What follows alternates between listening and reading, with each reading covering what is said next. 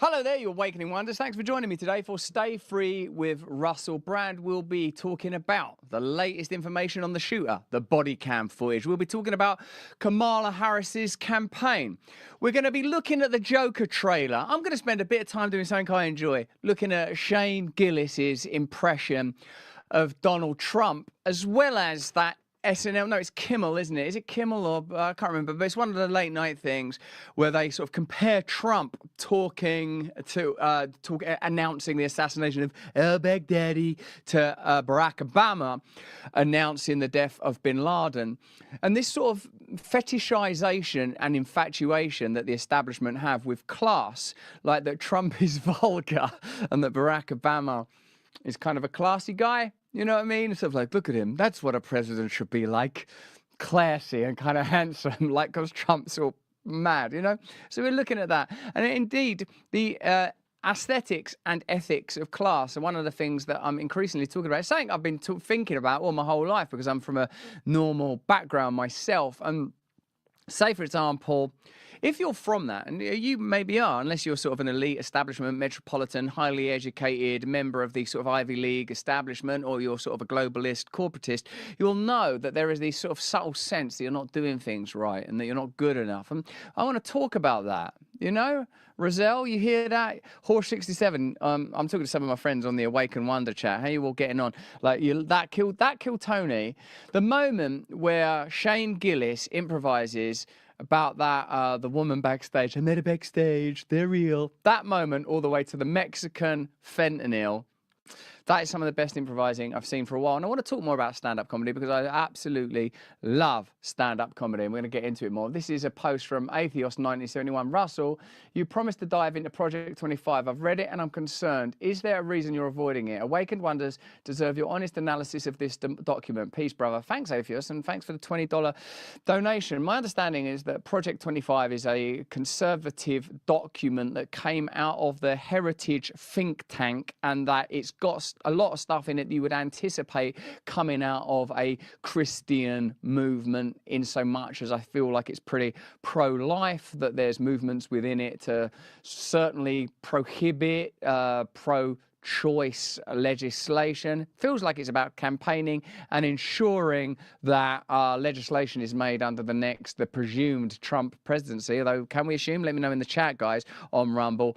But I haven't taken a deep dive into it, but we're totally up for that. And we have posted a video in it. Can you post it in the chat, that video? We did one in response to Joy Reid's recent...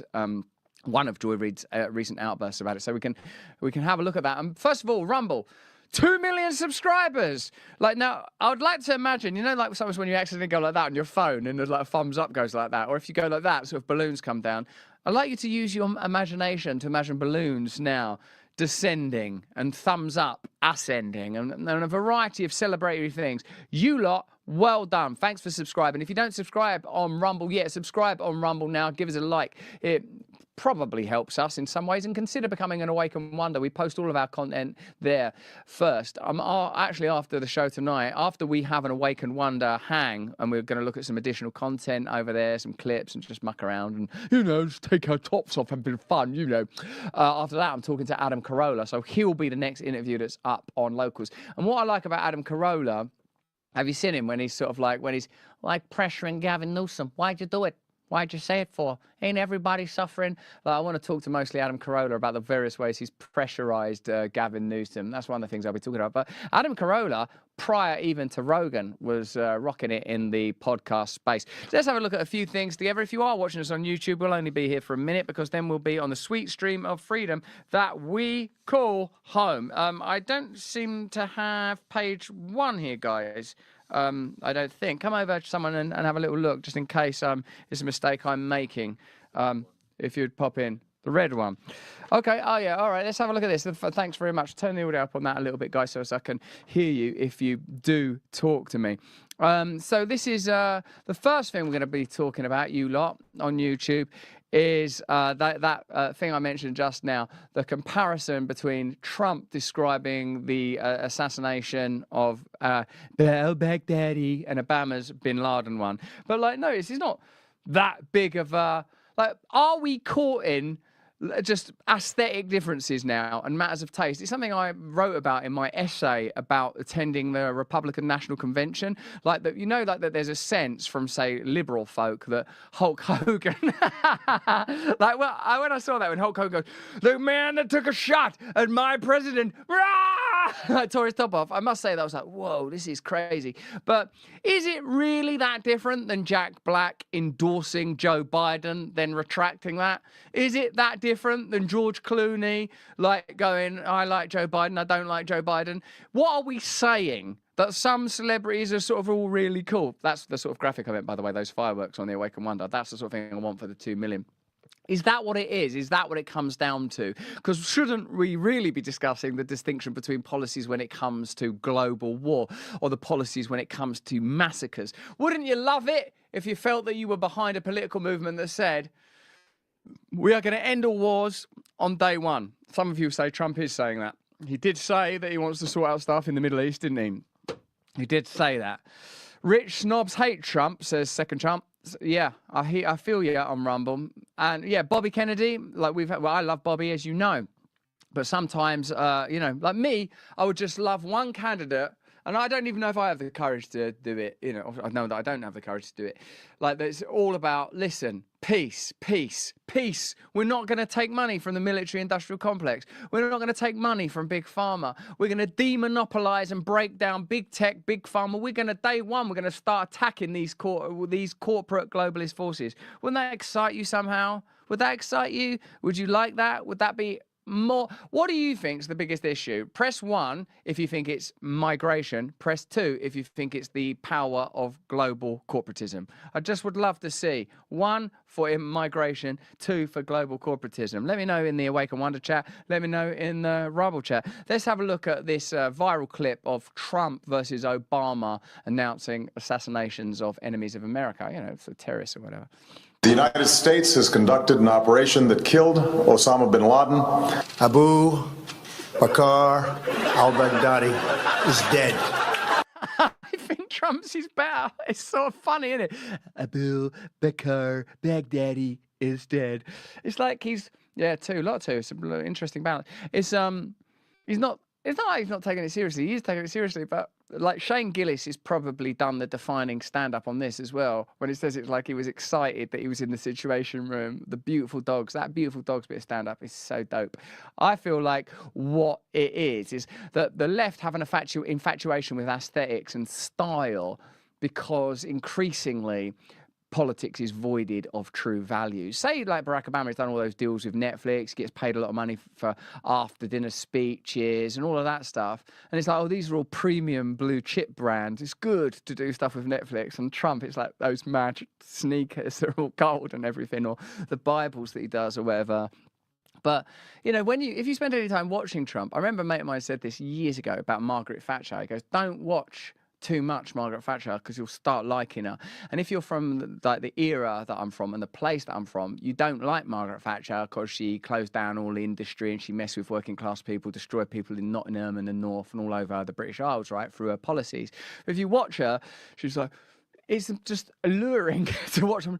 Absolutely not. Like, you know, when people have got political charisma and clout, it's seductive. And if you watch too much Trump, like, you know, I'm saying this about Trump detractors, I know you guys mostly love him, but like you start to, he's too funny, man. And even here, where you're invited to not like him, I like him. The United States launched a targeted operation against that compound.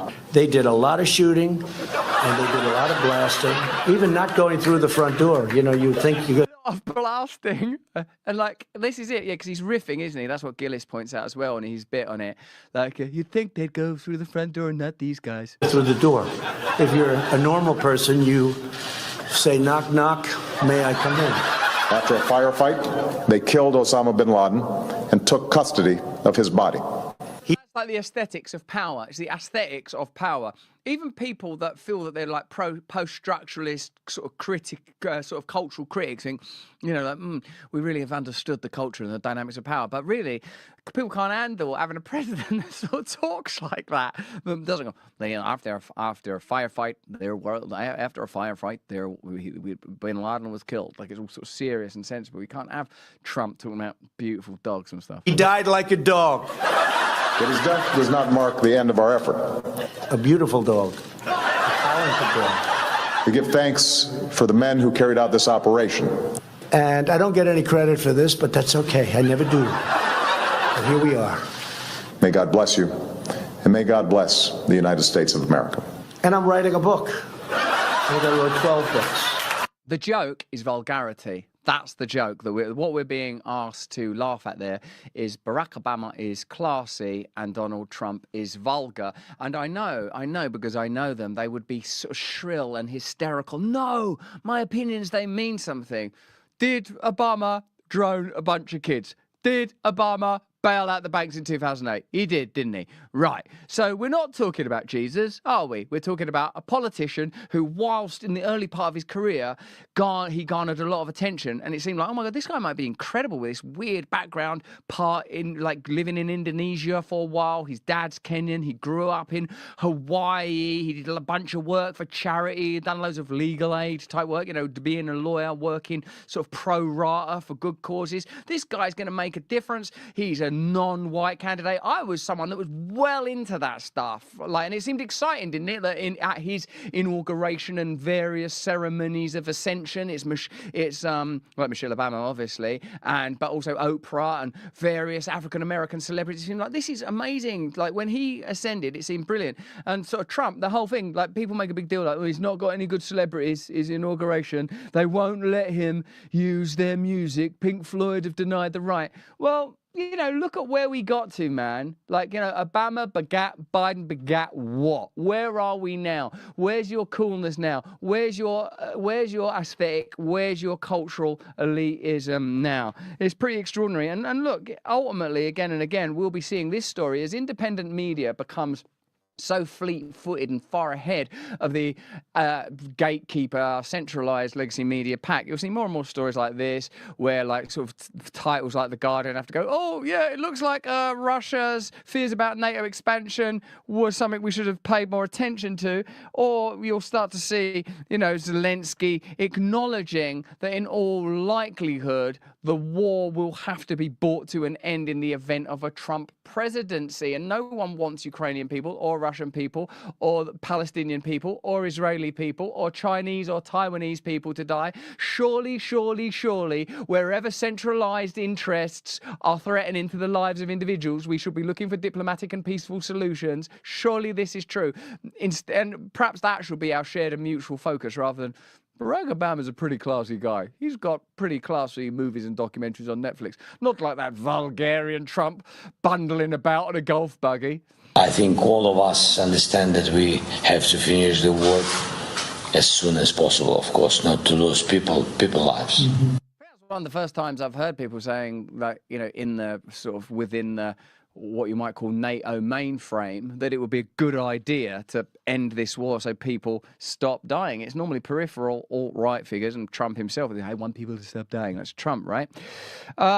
And okay, but we're going to be with you for about another minute if you're watching this on YouTube. Then we're going to be on Rumble. We're going to be talking about the body cam footage and the increasing amount of evidence that suggests that this was a false flag event. I'll tell you now, if you're watching this in America, in the UK, a lot of people feel like, and my assumption is this is because of the type of media they consume, that this is a false flag event that was constructed within the Trump camp. That this is, I wonder how you deal with the death of an innocent man. I wonder how you deal with the sort of like that Trump was shot. There's so many things. But what's more extraordinary is that people that just were not interested in hearing conspiracy theories, inverted commas, during the pandemic, conspiracy theories like it comes out of dual purpose research, it was a lab leak, they repressed it in favor of natural origin, lockdowns don't work, masks don't work, event 210 was a rehearsal for it, this will generate a wealth transfer, it's a dry run for centralized authoritarian measures, see how far you can push, all those kind of conspiracy theories that under investigation seem pretty legit. Those people now are like, all right, well, did you see that bit of footage in California? All those people, they did it themselves. Trump organized it. Trump did it themselves. And I don't want to, I mean, I'm not trying to blow my own trumpet, but I am going to let you know that I've got one. Like in the minutes after it happened, I posted on X, you can go look back at the time, and said, watch now how institutions, groups, and individuals that would never engage in rhetoric around false flags and staged events start talking about it. You can check it. It's up on X, baby. Let's have a look now at this other sort of somewhat epochal moment. I've not watched any of this yet. Elon Musk's conversation with Jordan Peterson. Later on, we'll look at what appears to be the central and defining aspect of that conversation. It's, of course, Elon Musk saying that his own child has been taking puberty blockers and using the extraordinary word, the word you're looking for is delusional, Russell. I see ya, Jack Swiss, I see you, blessed old bird. The extraordinary moment where he says, like, my son is dead. I mean, that's pretty extraordinary. We'll be getting into that later. But some of the other things he said, he talks about, he ain't a, this for a start the countdown. We're going to leave YouTube now, by the way. Click the link in the description, guys, if you want to come and see us on YouTube. We're going to speak freely now. We're on Rumble, which, hey, we'll talk about Rumble, man, because I saw that Whitney Webb thing. Whitney Webb and Jimmy Dore talking about Peter Thiel. I want to talk about that. I want to know more about that. I'll tell you that for sure. But we're going to talk about the Bodycam footage. We're going to have a little review of Joker, the new Joker trailer, and we're going to talk about Elon Musk and his son. Click the link in the description. Join the 2 million over on Rumble. We are growing, baby. Click the link. Get on over here. And consider becoming an Awaken Wonder, by the way, and supporting our stuff on local. Hello, you Awakening Wonders. Thanks for joining me today for Stay Free with Russell Brand, post-debate analysis special. Was it, in truth and in effect, the moderators and Kamala versus Trump? Was it the point where triviality usurped Armageddon as a talking point? What do we care more about? Cats being eaten or a potential nuclear war? Let me know in the comments and the chat who you thought won and how you felt in particular it was moderated. Is it going to be chalked off as another victory for the legacy media? It's one of those moments when you have to recognize that indeed America is a divided land. You will know if you look across a variety of media sources that the Democrats are likely hailing this as an astonishing victory, that Kamala was forthright and strong. Personally, what I felt while watching it live for our live watch-along party with beloved Bear there was that we moved between generalizations and generalities, and when we got into the specificity of policy, it felt lost and adrift in the midst of peculiar emotional grandstanding and performance. But that's just what I think. Let me know what you think. Remember, our Awakened Wonder community got not only access to the debate watch along live, but also the debate predictions, which I imagine all came perfectly true. I'll be looking at that a little later. These are some of the posts on X that I think give you a flavor of how this has been viewed in what you might call right-wing spaces, given that the first one is Matt Walsh. Ironically, the moderators are winning this debate for Trump by being so insanely lopsided and biased against him. They're now the story of the night, which is a win for Trump. Of course, there is a good deal of lopsidedness, particularly on the behalf of ABC's most famous lopsided, sideways-facing anchor, David Muir. Gutfeld, a friend of the show, says, this debate is no longer about Trump versus Harris. It's about moderators obediently picking a side. ABC is a shit show. Let me know in the comments and chat, do you think we'll see another debate now? Is it likely that there'll be a Fox debate? Heaven forbid, an online debate. Imagine this debate on Rumble. Imagine if a journalist like Glenn Greenwald here, who says David Muir is criticizing and attacking Trump more than Kamala is, Kamala can relax because the ABC moderators are handling the debate for her. I mean, if you want to see a moment where it becomes sort of perfectly clear that what we're operating in is a curated space. It's this one, I think, when the subject of race is brought to the forefront. Remember, it's that the questions that are asked sets the tone. The questions that are not asked reveal the agenda, because in a sense, don't you really want to ultimately address economic decline, ideological despair, and potential approaching Armageddon? Try to hold those issues in mind, and which candidate do you believe does a better job of representing those issues? Many of us believe in anti-establishment candidates, and that's how Trump was regarded in 2016. I know many of you adore Trump to this day,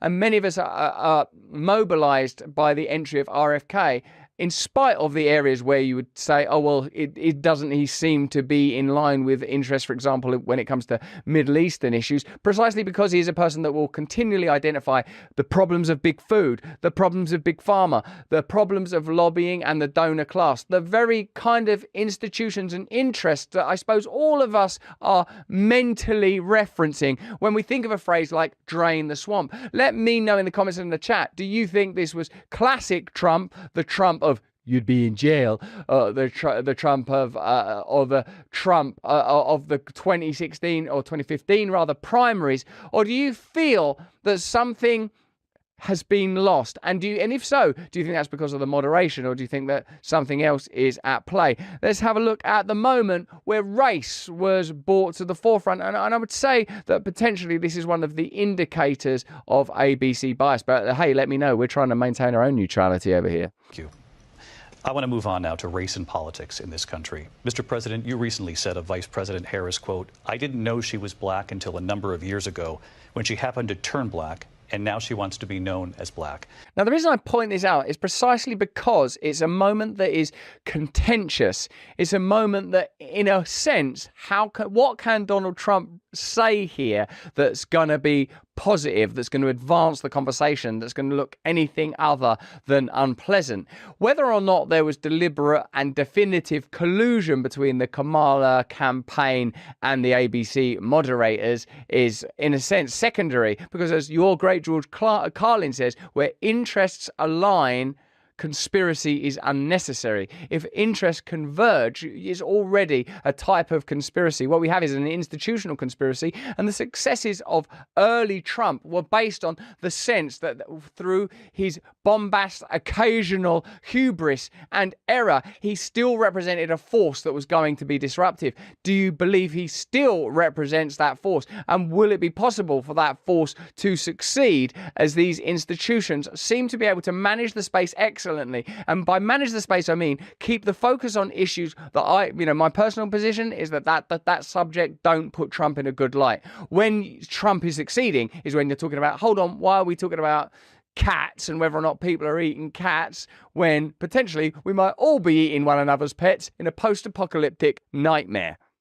I want to ask a bigger picture question here tonight. Why do you believe it's appropriate to weigh in on the racial identity of your opponent? I don't, and I don't care. I don't care what she is. I don't care. You make a big deal out of something, I couldn't care less. In a way, that is the kind of... Is that not the desired attitude when it comes to race? Like, when I think of my personal position, I want to not care. I want to be beyond it. I recognize there are complex histories and issues, cultural and racial identity issues that are playing out across the world. But what would be the vision? Surely it's a transcendent attitude towards race. So I suppose many of you will think, oh, well, that was a good response. But the question itself, why do you think it's... Look, I'm going to take a sideways look at you. And from this eye of mine, from this my little judgmental eye, I'm going to ask you, why did you feel it was necessary to do that? Come on. Whatever she wants to be is okay with me. But those were your words, so I'm asking... I don't know. I mean, all I can say is I read where she was not black, that she put out, and I'll say that. And then I read that she was black, and that's okay. Either one was okay with me. That's up to her. That's up to her. Vice President Harris, your thoughts on this?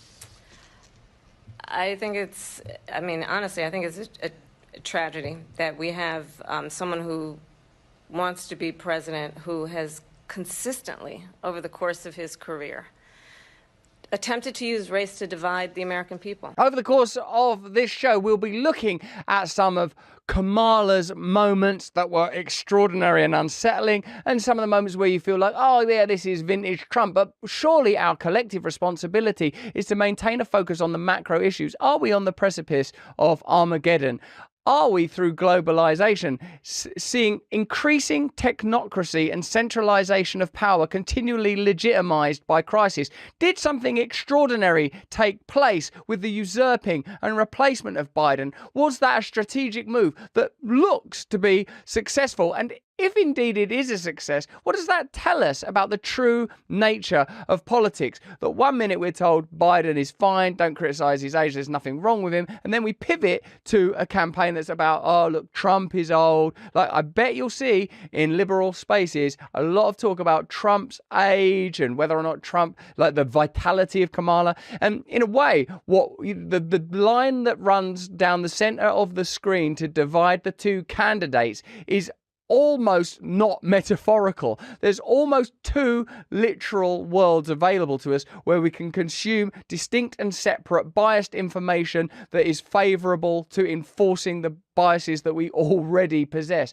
But what seems to me to be excluded by the frame of the screen are incredibly important issues about power, about war, and how those issues, in a sense, nullify and cuckold all of us when it comes to personal freedom and even something as diffuse, rare, and abstract as hope.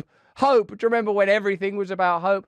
For a moment at the outset of the debate, it was even extraordinary to see the two candidates in the same frame. I sort of watching it live with my dog was almost like it was like sighting a Yeti and a Loch Ness Monster. I'm not making claims about either of the candidates. It seemed like an anathema to see them in the same space. They're such disparate and distinct individuals. And yet, from the Overton window perspective, look at the issues that are being discussed and look at the issues that aren't being discussed. For example, when the pandemic came to the forefront, it was fascinating to see the amount of restrictions. But let's first have a look at the initiation of the entire debate, the ceremonial handshake that must precede such matters. To the stage, Vice President Kamala Harris and President Donald Trump.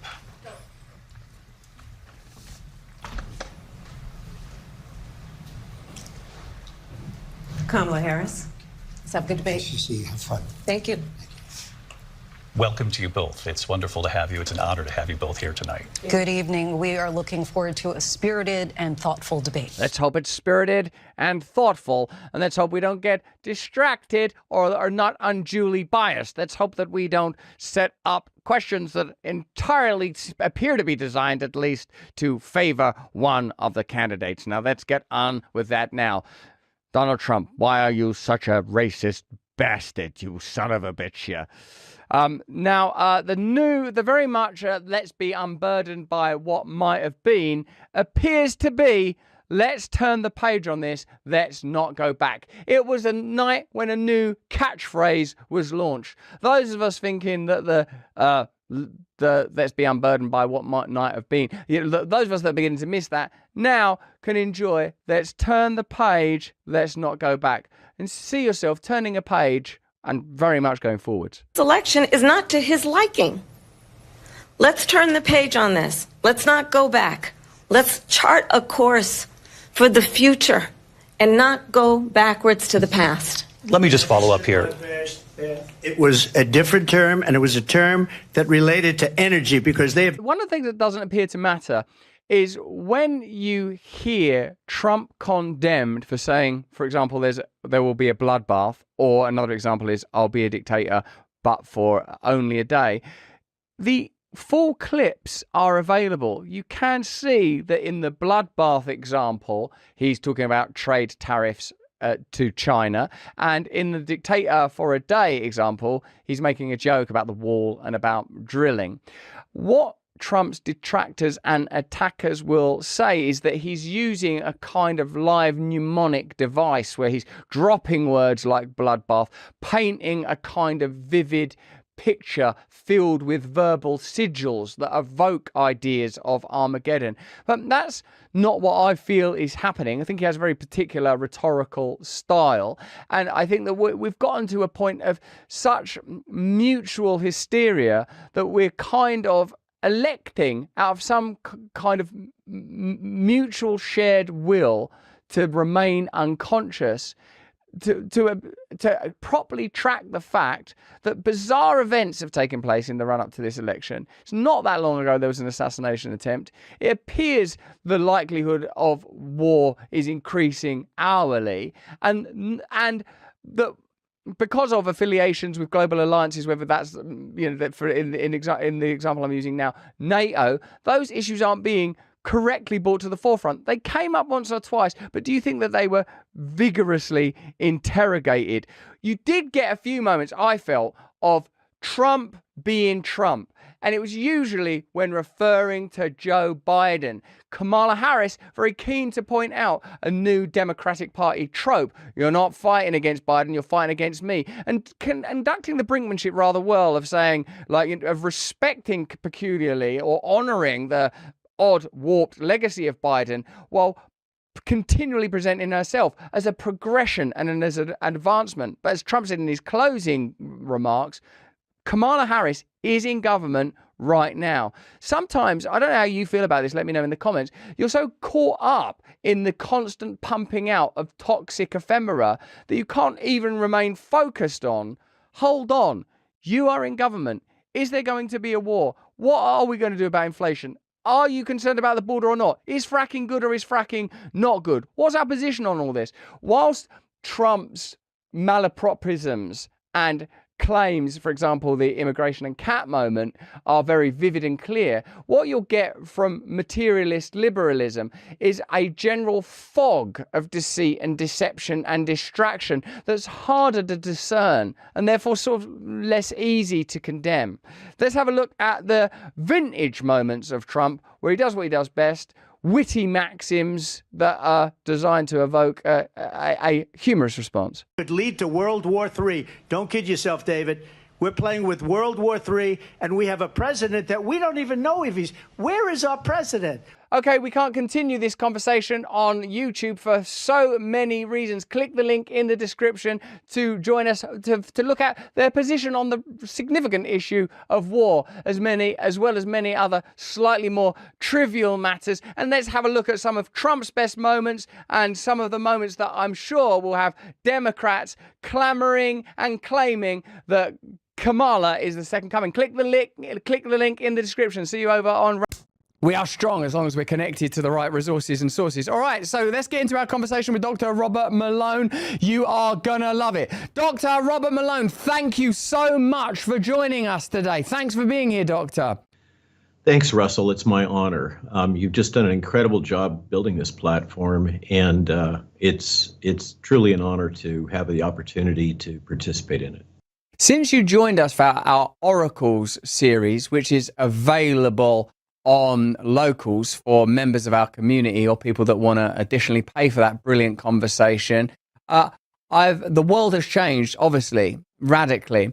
Even though that was just a few weeks ago, I wonder, Doctor, how significant you regard the election of Donald Trump to be, and how important having someone like Bobby Kennedy in government will be for making the kind of significant changes that appear to be necessary after the pandemic period and what it revealed. Just to be specific for our audience members that are perhaps not as au fait with these subjects as you are, which would mean, all of our audience and perhaps most people in the world. What I mean is how during the pandemic it was revealed that there was a new orthodoxy around big pharma, and that because of the convergence of interests that facilitated profits for pharmaceutical companies, the ability to regulate and control for the state, the ability to censor and therefore increase the power of big tech, what was revealed to us, I suppose, was a kind of cross-section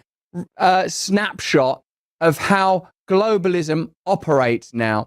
How will that type of globalism, not just relating to health, but of course relating to health, be impacted, do you imagine, by the ascendancy of figures like Trump, Bobby Kennedy, and J.D. Vance, who sort of have an odd blend of free market capitalism within them, libertarianism within them, anti-establishmentism in the form of RFK. What do you think that's going to be the impact on the type of bureaucracy and sets of powers that I've done my best to outline in the question?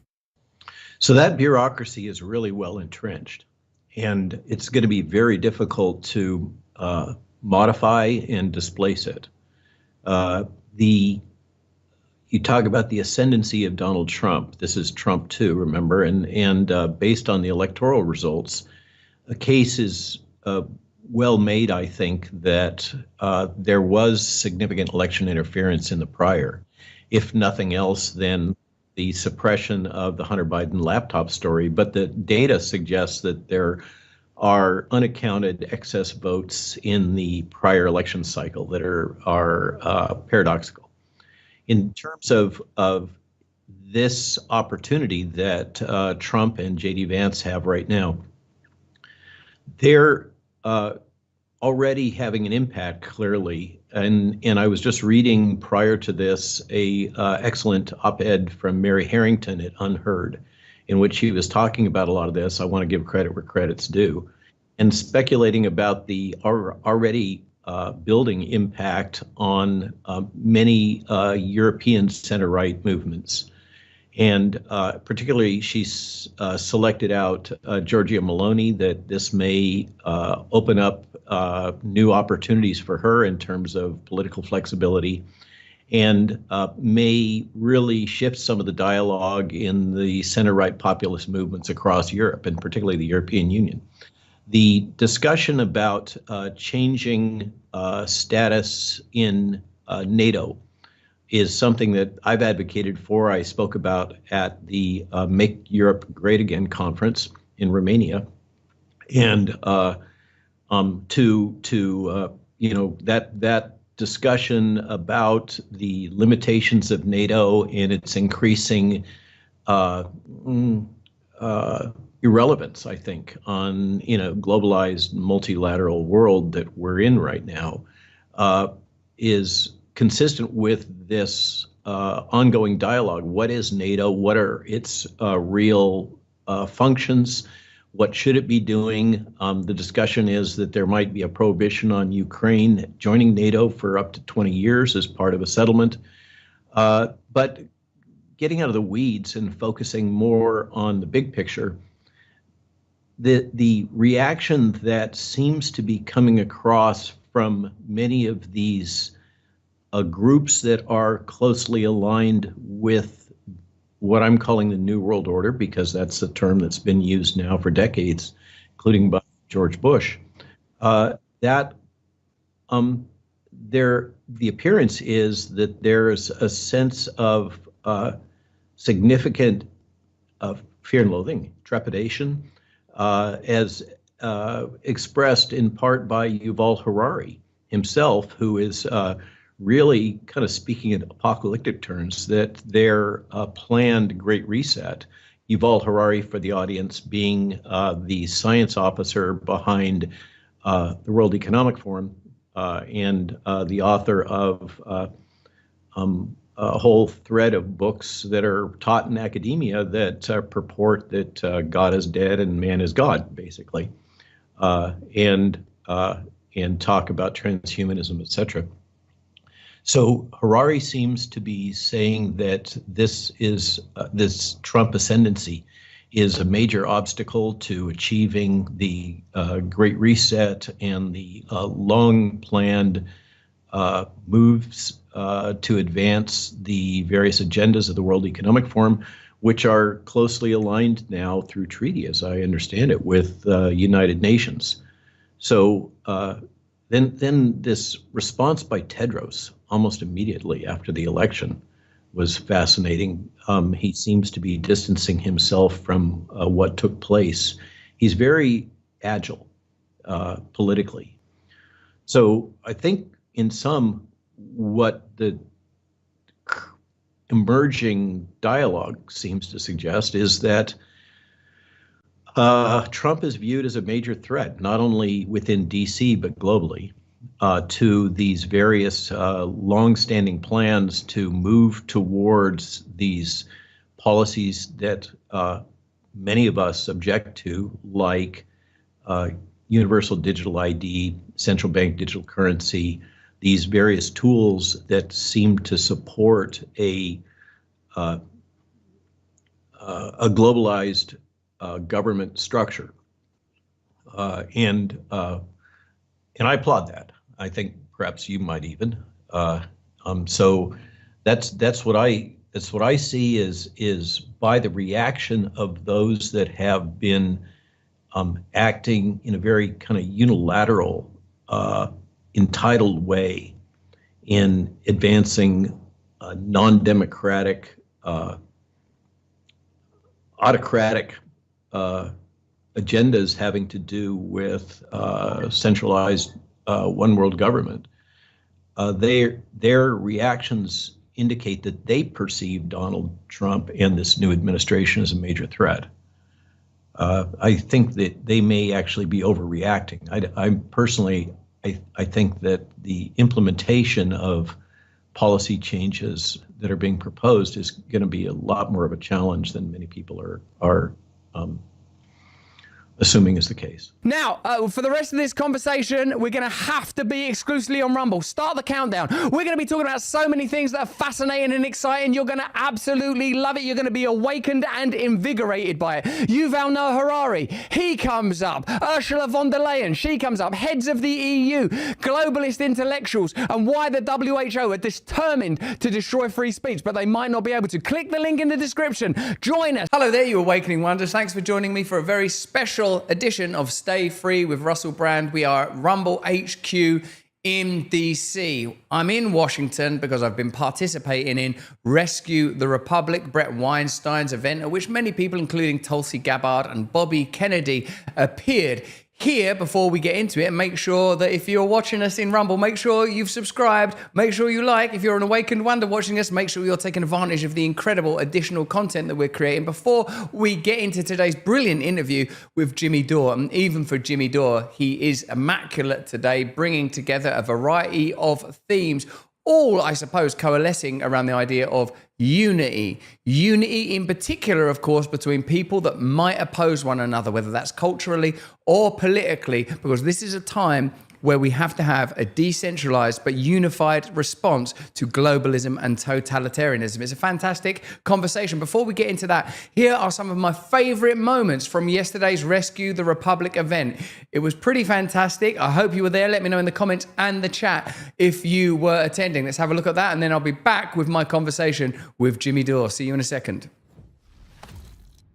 The freest, greatest experiment in freedom in the history of the world.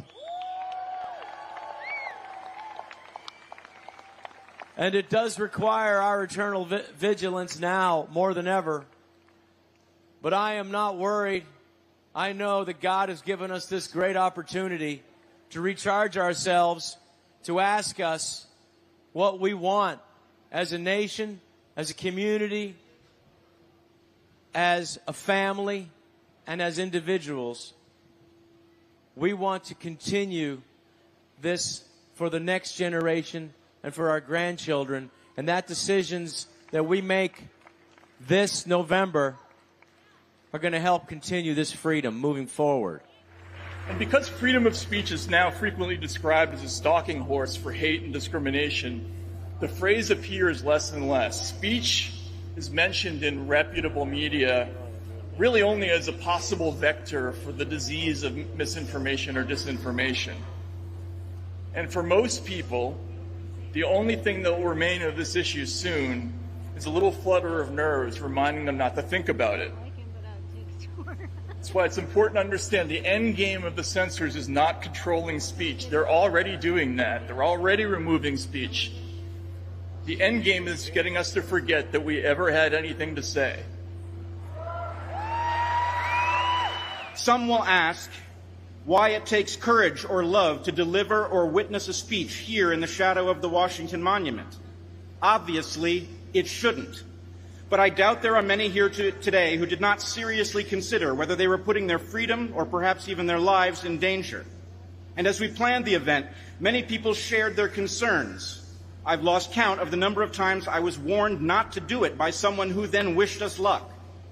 But the more I listened to people's trepidations, the simpler the calculus became. If millions of Americans are afraid to exercise their most fundamental right in their own capital, that implies the capital is held by a force that is hostile to the Republic and her people.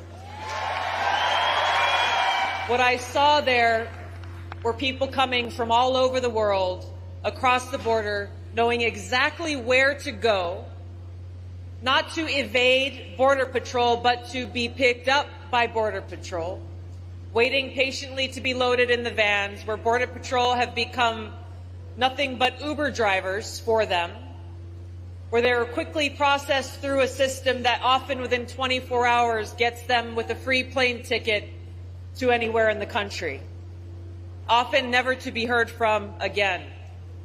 What I saw as I stood in a parking lot near a train station where many of these drop-offs occurred were human traffickers who were waiting, women who were being drugged unknowingly, and in their foggy state of mind being ushered into cars, never to be heard from again.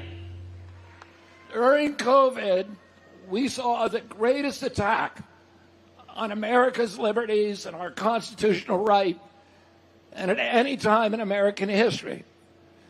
We saw by February of 2020, they were already censoring doctors, scientists, individuals, anybody who questioned the government orthodoxy. The American press, the guardians of the free speech, of the First Amendment, of our democracy, all took part in this unprecedented effort to silence dissent in our country. The press, which is supposed to function to speak truth to power, instead began silencing the powerless and acting as a bullhorn for government orthodoxies. And as soon as they figured out that they could censor us and that we were going to put up with it, they began an assault against all of our other Bill of Rights. Hamilton, Adams, and Madison said that we put freedom of expression in the First Amendment because all of the other rights are dependent on it. A government that has the capacity to silence its critics has license for any atrocity. We're here in support of your freedom, our freedom, and collective freedom. So with that, I will now ask you, Dr. Jordan Peterson, why did you, because now, well, this is a segue, I'm moving to an interview now, I'm aware I've spoken for a long while. Any of you that know Jordan Peterson, well, you've never seen Jordan Peterson not talk for that long, have you? Well, you know, it's not entirely obvious to me what the solution to the situation is, you know. It's pretty plain.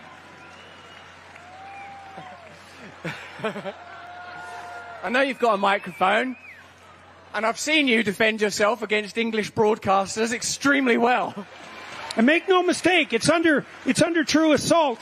In my country, there's a bill that's in second reading, which has pushed it quite a ways along the legislative route, Bill C-63, which literally allows people to be reported to a provincial magistrate under the possibility of 1 year's imprisonment in their own house with an ankle bracelet, with all their communication intercepted, in consequence of anyone's complaint that they're afraid that a hate speech event might occur in the next year. Yes, that's Bill C-63, you know, and I've read that bill 3 times because every time I read it and then think about it, I can't believe that I could have possibly understood it properly. And yet here we are. And there's very similar things going on in the UK. There was a terrible bill that was recently defeated in Ireland, for example, which would have put severe restrictions on free speech. And there are people in the UK who are being persecuted and seriously persecuted for expressing their opinions, offensive though they may be, publicly in a manner that is absolutely necessary if you're going to support free speech. And we know that, well, The free speech that offends no one requires no defense, and that's partly because it has no content. If I only ever say something that everyone agrees with and produces no emotional response whatsoever, there's no point in even speaking. Because you don't have to concentrate on what's obvious if you're going to speak. You have to concentrate on what's contentious and disruptive. Well, I hope you enjoyed that. Let me know if you were there in the comments and the chat, and be sure to post your favorite moments from that event here on Rumble, but also on X. And if you're not an Awakened Wonder yet, become an Awakened Wonder now. We create incredible content, and we've got some extremely exciting things coming down the pipe for you. I don't even want to tell you about it, but I was with Tucker Carlson, wasn't I, in Florida the other day, and it's connected to that. So please, if you're not an Awakened Wonder yet, become an Awakened Wonder now. A person who may not see eye to eye with me when it comes to the subject of spirituality, but is neatly aligned on a whole host of political issues, in particular the necessity for people to come together to oppose gargantuanism, to establish some principles of subsidiarity, to be able to find common ground with people that you might otherwise be opposed to, is the great comedian and cultural commentator Jimmy Dore. This is a fantastic conversation with Jimmy. We talk about Rescue the Republic. We talk a lot about Bobby Kennedy coming together with the Trump campaign and what that indicates. And most of all, we talk about the necessity to end war and what the outpourings of perpetual war are domestically here in the United States. Hope you enjoy this conversation. Stay with us. Let me know what you think in the comments. Thanks for joining me today, Jimmy. Great to be here. Thanks for having me. We're here to participate in Rescue the Republic. And at this point, we've not done it. You've just heard from Rob Schneider that we should slow down when we're on the stage. Yes. How do you feel about being part of this, Jimmy? Because had the way that the last 6 months has unfolded, if it had happened in the 80s or even the 90s, one would imagine the news events around the assassination attempts would have garnered more attention and lived longer in the cycle. Something as seemingly seismic as someone like Bobby Kennedy joining the campaign of a rival, fundamentally, I suppose, crossing the aisle during a campaign. It would be reported on significantly, but the only reporting you see on Bobby Kennedy are smears and attacks. The only reporting you really see on Trump is sort of endless amplification of his flaws and failings. I just wonder, as someone that sort of like me is really, at least culturally, was a figure of the left, how you're continuing to navigate this, or have you sort of flung off all concerns about that at this point? Well, I think the reason why it's not a bigger story is because nothing is a story unless the media decides it's a story, right? And then they decide how it's supposed to be a story, right? So they don't want Trump's assassinations to be a big, or attempts to be a big story. They don't want it to be a big story that Bobby Kennedy's shifting over. What they want to be as a big story is his sex affair, where he didn't have sex. It's the craziest thing I've ever heard. They want the fact that he's being investigated over a whale. They want that to be a story, or that he found a dead bear. They want these things to be the story. They don't want the actual story to be the story. So that's the big problem with the media, right? When I was younger, the news media used to be blue-collar people like me, people who came from working-class backgrounds. And now, since it's only 6 companies that run all the media in the United States, you have these journalists that come from Ivy League universities that are handpicked by the billionaires to go do, and they're happy to do the propaganda because they know they're going to be class loyal. And that's the kind of media we have. We have class loyal Ivy League pukes that are giving us our news and shaping the culture. And so that's why we're living in the world we're living in. That's why Kamala Harris, the story is, which they never talk about, is that she became the first presidential nominee without ever getting a vote. That's the whole, and they call her a queen. I've been in comedy clubs and they call her a queen. And I guess by queen, they mean someone who was, installed by the elite without any votes from the populace. Because that's that's really happening. So that's the big story, but they'll never talk about that. They let her not do, she's not doing interviews. She's not taking questions. And when she does do an interview, it's with Oprah. It's more of a rally than it is an interview or a hard-hitting. So again, that's the problem. The problem is the news media, they control the narrative. That's why we're at this thing today. I'm there to talk about the First Amendment because the establishment on the left and the right want to get rid of the First Amendment. They don't want you to be able to have free speech. That's the thing that screws them up. John Kerry's there's a video going around today on social media about him saying that's the problem. We can't reach a consensus because of social media.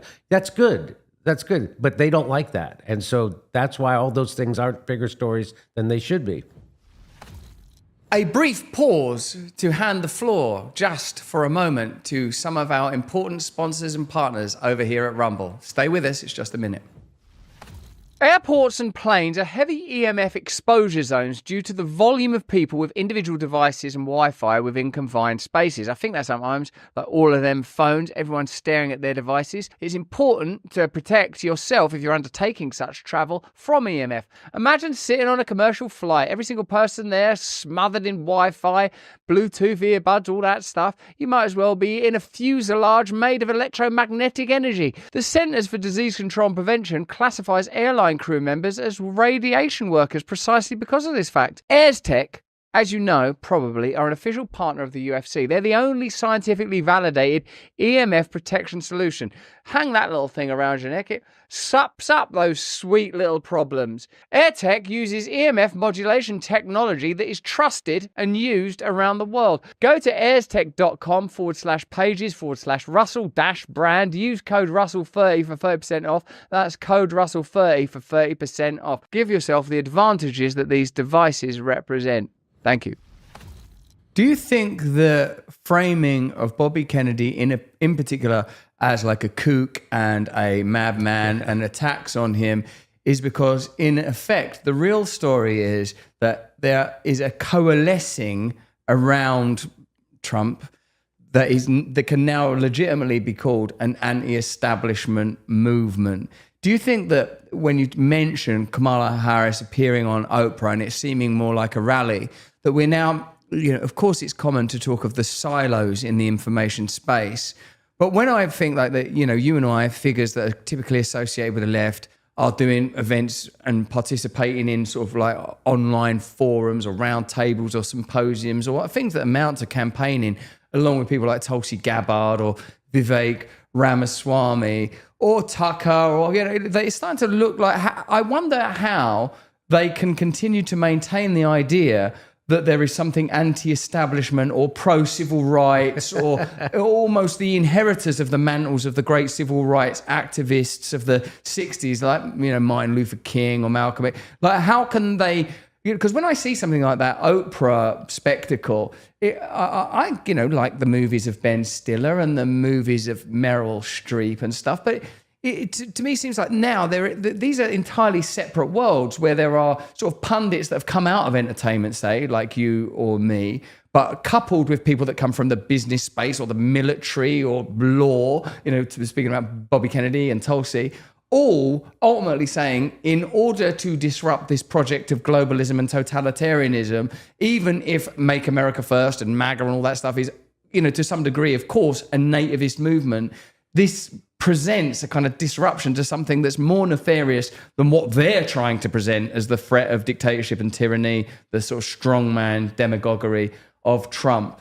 What do you feel when you see those two worlds? And is it even possible to speculate on how this is all going to pan out, Jimmy?